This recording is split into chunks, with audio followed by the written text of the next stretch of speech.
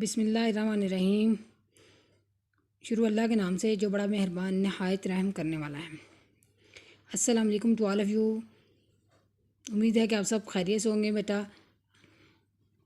آپ سب کو پتہ ہے کہ ہم نے پہلے لیکچر میں ہم نے الفاظ مانی اور اس کی ریڈنگ پڑھی تھی، اس کی ریڈنگ کی تھی۔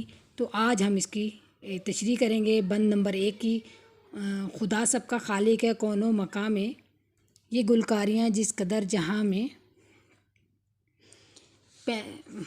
فلک چاند سورج یہ روشن ستارے، پہاڑ اور دریا یہ دلکش نظارے، پہاڑوں سے گرتے ہیں پانی کے دھارے، کہ شبنم نے پھولوں کے چہرے نکھارے۔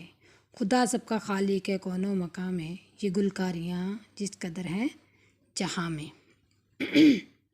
اس بند میں شاعر اللہ تعالیٰ کی تخلیق کے بارے میں کہتا ہے کہ کائنات میں موجود ہر شے کو خدا نے بنایا ہے۔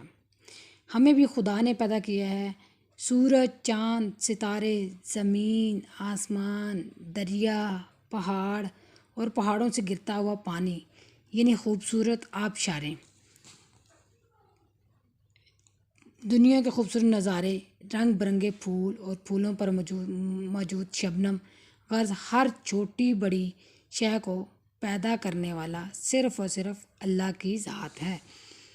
میں ایک چیز اور یہاں واضح کرنا چاہتی ہوں، کون و مکان، یہ عربی کی اصطلاح ہے کہ کون سے مراد ہے وہ چیز یا وہ ہستی جو اپنا وجود تو رکھتی ہو مگر دکھائی نہ دیتی ہو۔ مکان کا مطلب زمین جو نظر آ رہی ہوتی ہے، جسے آپ چھو سکتے ہیں، مکان ہیں جو آپ کو دکھائی دیتے ہیں۔ ٹھیک ہے، اس دنیا میں جتنی بھی خوبصورت چیزیں ہیں وہ سب خدا کی تخلیق کی ہوئی ہیں۔ ان چیزوں میں آسمان ہے، سورج ہے، چاند ستارے ہیں، یہ سب گلکاریاں اللہ تعالیٰ کی پیدا کی ہوئی ہیں، اور ایسے خوبصورت نظارے پیدا کیے ہیں جو دل کو مو لیتے ہیں، دل کو چھو لیتے ہیں۔ یہ ساری جلوہ گریاں جو ہیں وہ اللہ تعالیٰ کی ذات کی ہیں۔